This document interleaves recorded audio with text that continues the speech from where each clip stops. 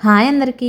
ఇంట్లో ఏం కూరగాయలు లేనప్పుడు, ఏం చేయాలో అర్థం కానప్పుడు సింపుల్‌గా ఒక 4 ఎగ్స్ తోటి ఇలా ఫ్రై చేసుకోవచ్చు. ఎలా చేయాలో చూపిస్తా వచ్చేసేయండి. ఫస్ట్ అయితే ఒక కడాయి తీసుకొని అందులో 2 పావులు నూనె పోసుకొని, నూనె వేడైన తర్వాత కొంచెం జీలకర్ర వేసుకొని, జీలకర్ర వేగిన తర్వాత 4 గుడ్లను పగలగొట్టేసి అందులో వేయాలి. వేసిన తర్వాత ఎమ్మటే కలపకుండా ఒక 2 నిమిషాలు వదిలేయాలి. వదిలేసిన తర్వాత మళ్ళీ తిప్పేయాలి. ఎగ్గుని తిప్పేస్తే అది కూడా ఫ్రై అవుతుంది. అలా ఒక 2 నిమిషాలు ఫ్రై అవ్వనివ్వాలి. ఫ్రై అవుతున్నప్పుడే బాగా మగ్గి పీసెస్ మంచిగా ఉంటుంది తింటున్నప్పుడు.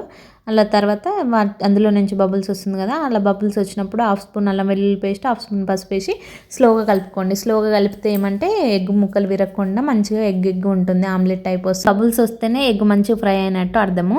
అట్లా బబుల్స్ వచ్చినప్పుడు ఒక స్పూన్ కారానికి సరిపడినంత ఉప్పు వేసుకొని ఒకసారి స్లోగా కలుపుకోవాలి. అట్లా తిప్పేయండి, మరి స్పీడ్గా కలపకండి. అయితే సింపుల్గా వేడివేడిగా ఎగ్ ఫ్రై అయితే రెడీ అయినట్టు. ఫ్రై అనుకోవచ్చు, కారం అనుకోవచ్చు, పొడి అనుకోవచ్చు, ఏదైనా అనుకోండి. ఈరోజు అయితే మా పిల్లలు అడిగి మరీ చేయించుకున్నారు ఈ కర్రీ. లంచ్ బాక్స్లోకి చేసుకొని రా మమ్మీ అని.